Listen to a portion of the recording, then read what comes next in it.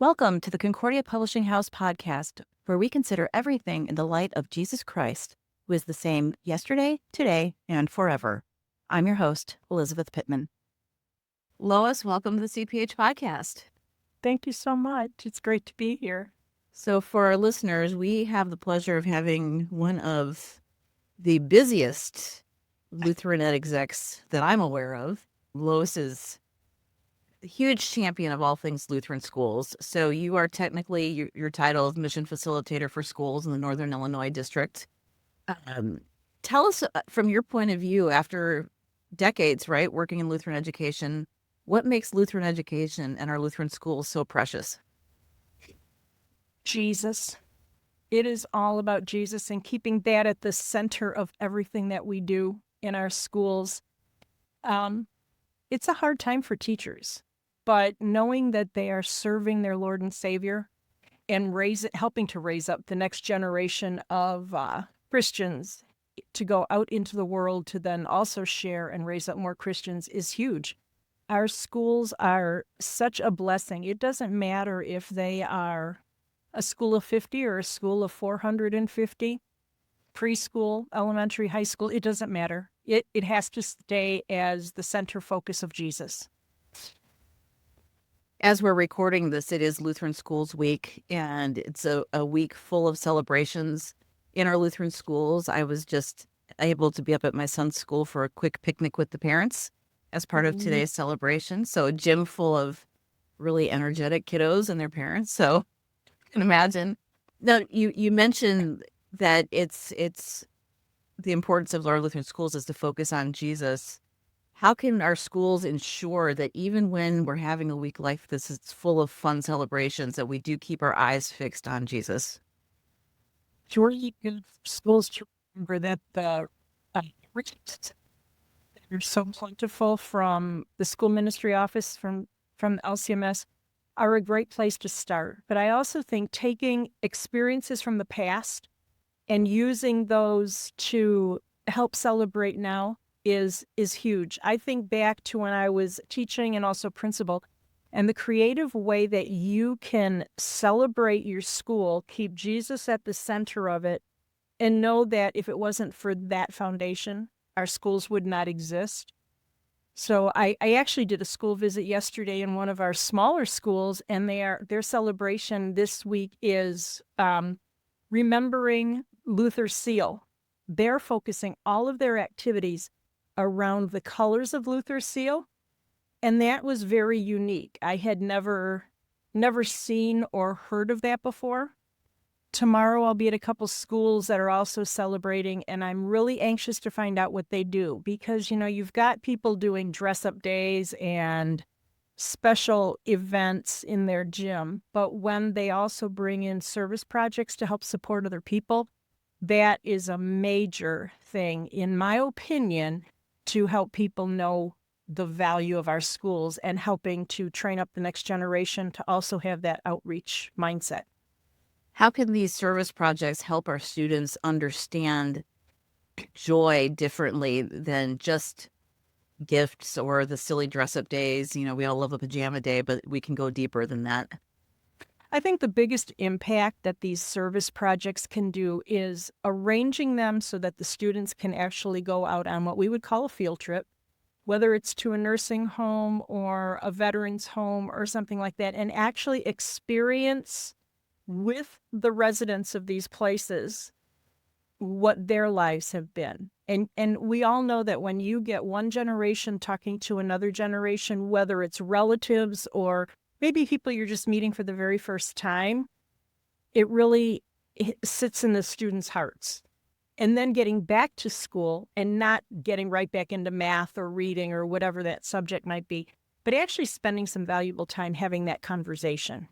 And then not making it a one-off activity that we do, but then try to continue periodically with the support of those organizations. So you mentioned that you served as a principal, as an administrator, teacher.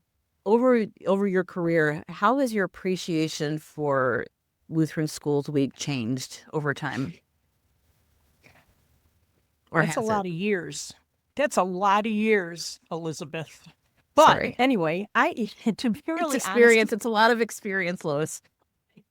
but to be really honest with you, when I was in grade school, I don't remember celebrating Lutheran Schools Week, so I don't honestly know when it officially started, but yet our teachers at the St. Paul's that I went to really helped us understand the value of our Lutheran education and what it means to do all of these things for other people. It's not just about us. And that was also the connection into our congregation with singing and other activities that we could do with the congregation members. So yet today, this many years later, I will run into people that are the parents of the parents, how the generations go, and they remember us as children being able to be involved with them. When I became a teacher, it was really a focal point. It made me excited that I could celebrate where I was serving by being the leader or part of a committee formatting it so that the children know it's who I am. I often say with all of these many years that I have been in church work, I've never worked a day in my life. I have never seen this as a job. And communicating that to children and knowing that it's who I am has really been helpful. There are the silly things you do. We always tied our walkathon from the fall into Lutheran Schools Week. And so those goals were set. And when the students met the goal, they knew that something was going to happen during Lutheran Schools Week, whether it was me being turned into a human ice cream sundae in front of all the students, whether it was me kissing a pork belly pig, it didn't matter. Whatever those fun things are is still centered on Jesus. The ice cream sundae, a little messy, but it was worth it. Are there photographs of this? Yeah. There certainly are. Okay, so full disclosure for our listeners, Lois and I are related. So I'm just looking for family lore and history when stories like this come up. So I digress. So Lois has an ice cream sundae. We'll have to make note of that one. Why? Oh my goodness. Do you have any favorite memories from the times either in the classroom as a teacher or when you've been visiting schools as a district executive? Like anything that really stands out with, wow, that was a really cool way to recognize our Lutheran schools and celebrate them? Besides being dressed up as an ice cream sundae. Thanks. Sure. I just think, especially now, having the freedom to be out and about in schools during Lutheran Schools Week and seeing the pure joy. I think some of the biggest memories that I have are when parents, students, staff, we were all together celebrating. You mentioned that you were at a parent picnic earlier today. We used to do that too. So we would have 400 people jammed into the gym for a special Lutheran Schools Week luncheon. And it was so noisy. And people would say, oh my goodness, how do you do this every day? And my answer is, this is the joy of what's happening in our schools. This is why we get to do what we get to do and bring everybody together and focus. Yesterday, one of the visits that I did get to do, besides it being Lutheran Schools Week, it was 100 Day in their school. And so some of the littles were working on their gumball machines and, putting the dots in to put 100 fingerprints in there. And just watching the joy and seeing how excited they were to see if they could actually get 100 little fingerprints in that gumball machine.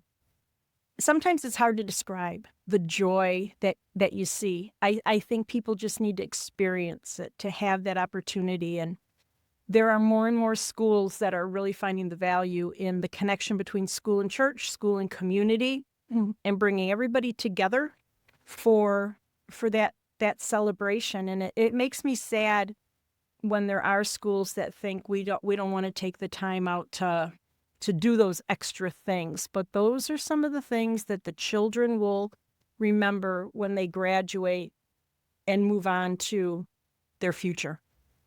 Well, and especially when you have you mentioned the relationship between the church and the school, and for the church to be able to celebrate what's happening in their school. And our schools are a huge huge mission for all of our churches. I mean, they really are able to connect with families in a way that we might not otherwise be able to introduce them to Jesus and to faith. So to Right. be able to see the church come alongside and celebrate, you mentioned a few ideas of in a blog post that you wrote for us. You were talking about some fun things that teachers can do to help celebrate in a way that keeps the focus on Jesus, but also involves the church and the surrounding community. Tell us a little bit about how our schools can thank our churches and the whole church community. Oh, the ways are just endless. Sitting in my church on Sunday morning, the two of the choirs sang at the service that my husband and I were at. But the little girl standing at the door, holding the bulletins, she was so excited to be able to hand those bulletins to the people coming into church, and just you could see the joy in her face. They had upper grade students doing the scripture readings. Anytime we can give our students the opportunity to serve is huge. So some of the things that I did in my school when I was still serving in a school was thank yous to the congregation. We always made a huge banner of the theme for Lutheran Schools Week. Every student wrote their name on that banner, and it was hung from the balcony so everybody would see it every time they walked in and out of church. And it was not hung up just for Lutheran Schools Week. We left it up so that they could see the value. We had students create thank you bookmarks. Some of them went into the Bibles and the hymnals. I had students standing at the back of the church, physically handing those out as people left. And that connection between the student and some of the senior citizens especially was really heartwarming because some of those senior citizens grew up in that school. We also did craft projects that were handed out. So when you want to celebrate the connection between your school and your church, I really encourage people not to only do it during Lutheran Schools Week. Yes, that's special, but throughout the year to remind people how much they value that connection. Because no matter where we're at in the synod, not just here in the NID, the school is the biggest mission outreach that the congregation has. And bringing in families that are unchurched and then to witness some of those children being baptized right here. It just really warms your heart to know that that's what our schools are doing because Jesus is at the center. And I think we've seen that grow even more in the years since COVID, where we've seen, and I've heard this from stories that folks that I've talked to across the country, and just even we see it with our curriculum here. You know, the numbers of students in our Lutheran schools are going up. We're seeing extra classrooms having to be added, and we're seeing waiting lists and bursting at the seams because people who may not be churched right now are recognizing that there is something special about our Lutheran schools, and they want to be a part of it. Absolutely. Absolutely. You know, you can go into any school, well, again, whether it's tiny school or a large school, and their desire to spread out, add classrooms, invite more people in so that many more lives are touched with the love of Jesus. And it's always encouraging for me when I can have those conversations. I'm going to have one of those conversations tomorrow in one of the schools that I'll be at, and it's how do we navigate this? Because schools that have kind of been stagnant with their enrollment, now looking at it going up, they've been used to what was there. And now all of a sudden, these families, they want to be there, however they can be there. And so let's get creative with how we can move classrooms around. You know what? Don't get stuck in your tradition of being in the same classroom for 20 years. It's good for educators to change, just like the families change when they bring their children to us. Was this bringing up families, and many families now coming in who may not be members of a congregation. Those connections between school and home can be really, really powerful. Why is it important that our schools have a strong relationship with the families outside of the classroom? And how can that benefit them? Number, the families need to realize that it's a family when they're at school. They're loved, they're cared for, they're valued as children of God and as those students that are in the room. It's important that, some of these events that we have during Lutheran Schools Week involve grandmas and grandpas and aunts and uncles and parents, so that they get in to see the really awesome stuff that's happening in our schools. The more we can communicate to them, the better. I'm always one that likes to write a lot of notes, thank you notes when I've been somewhere, or I'm thinking about you, and I just want you to know that I value who you are as a brother or sister in Christ. And I did that with families in the school. Does it take time? Absolutely. Is it easier to send an email? For sure. But holding that note in my hand, or being able to sign my name to it and send it to that family, I think it has a really big impact because you are valuing them to take the time to do it. I know it's always neat when our kids would receive a note, a postcard or a letter from school with, we prayed for you in chapel today, and here's specifically how we prayed for you, or I mean, I would say my 7th grader gets one every few months. I mean, it's not just one and done. It's just that they keep coming. That's just neat for the student to see, hey, they're thinking about me, even when. Student feel more comfortable just being in that environment. Not every school is a good fit for every child, but that's also on the parents to figure out what the best fit is for their child, so their child gets the best education that they can with what they are looking for. But the value in human communication and human connection can't be beat in our schools. Absolutely. You mentioned in your blog post, you suggest a fun activity might be for the kids to interview former students. What are the benefits to this, and why might this be fun for our kids?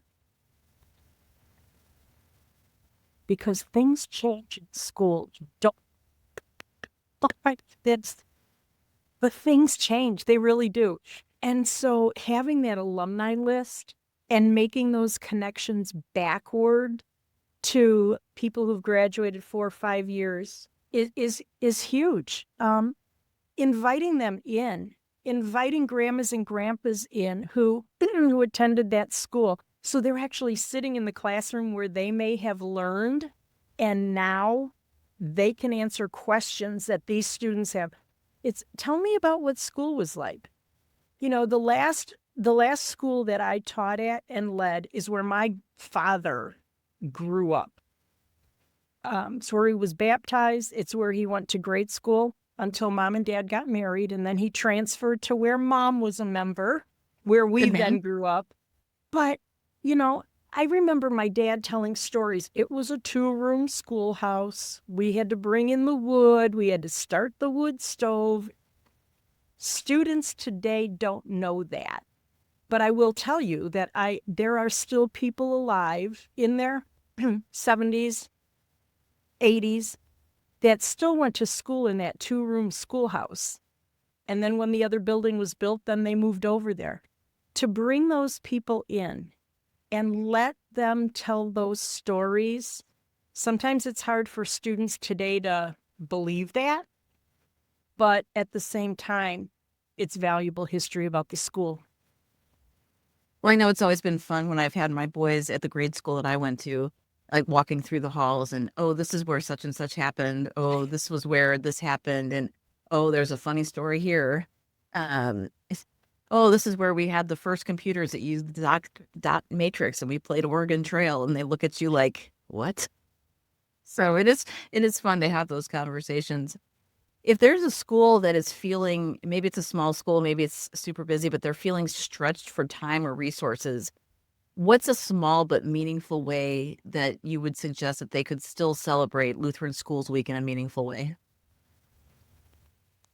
Use what you have in the building. You know, one of the things that I included in the blog post was making paper chains. Everybody in a Lutheran school has made green and red paper chains at Christmas. Every single one. However, let it be known that not all paper chains have to be green and red. So cut those strips of construction paper.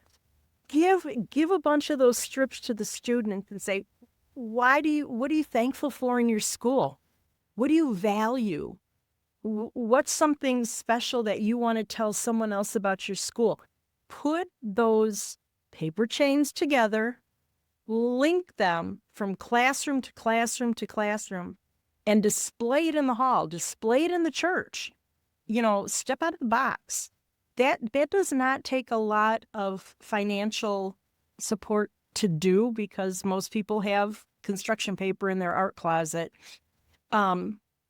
Just writing those letters, notebook paper, you know, students have it already. So write those thank you notes. You know, it's just kind of, sometimes people get, I think, stuck in, well, we've got to be able to spend a couple $100 on Lutheran Schools Week. And that's not the case. You can do everything with what you have in-house. So as we start to wrap up, you visit so many Lutheran schools every week. I don't know how you have the energy to do what you do, but it seems like every time I see you out and about, you're at another school or 3 in a day, all throughout Northern Illinois. I mean, they keep you moving, and I don't think it's they. I think it's yourself driving yourself to do this. Yeah.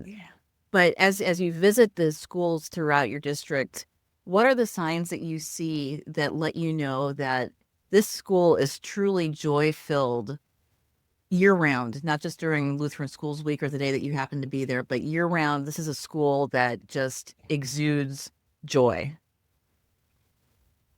I tell many principals when I arrive for school visits, or often when I'm in the area and I have 10 or 15 minutes before my next meeting, I just stop in and say hi. As soon as I walk in the door, I can feel the atmosphere. I can tell the calmness or lack thereof that would be in a building that day. And I make sure that when I especially do my formal school visits, not only am I spending time with the principal, but we walk the halls and talk. I stick my head into every classroom. And sometimes I stand in the hall for a little bit first and listen. And very rarely do I hear anything but joy to be there, education in process. And that really reassures me that Lutheran education is strong and it's healthy. I can't hear you. Lutheran education is definitely a blessing. And I know I was on mute there for a second. I forgot to undo it. We will edit this. No, but like as you allude to, Lutheran schools are a blessing. They're a blessing to our students, to our families. I know my family has been blessed with Lutheran schools and Lutheran education for generations. Prior to me, my kids have all gone through Lutheran schools, and so we're very grateful for them. So I would encourage our listeners, if you are connected to a Lutheran school, you want to get connected, give them a shout out and thank them for what they're doing for our families. And Lois, thank you for all you're doing for our Lutheran schools up there in the Northern Illinois district. Well, thanks for letting me spend some time with you. It's always fun. It's been wonderful. Listeners, we'll see you next time. Thank you for joining us on this episode of the Concordia Publishing House podcast. I pray that this time was valuable to your walk with Christ. We'd love to connect with listeners on Instagram, Facebook, and Twitter at Concordia Pub. Visit cph.org for more resources to grow deeper in the gospel.